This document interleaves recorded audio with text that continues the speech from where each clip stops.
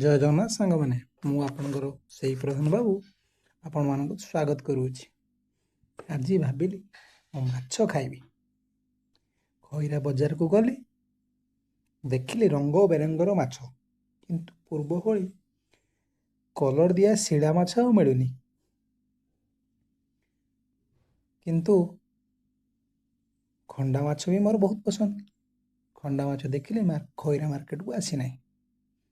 भाविली कौन करी, कलर दिया शिला माछ तो नवीन सरकार बंद कर देइछि। हो कौन करी, शिला माछ दर तो आकाश छुआ हेलाणी। पिला बेले शिला माछ दर 50 टंका थिला, किंतु एबे दर जाई 160 छुईलाणी। हो अध किले शिला माछ 80 टंका दे आनली। माँ को कहली भल से सफा करदेला, हल्दी लुण लंका गुंड पकई ताको तेल रे भल से फ्राए करी खाइली।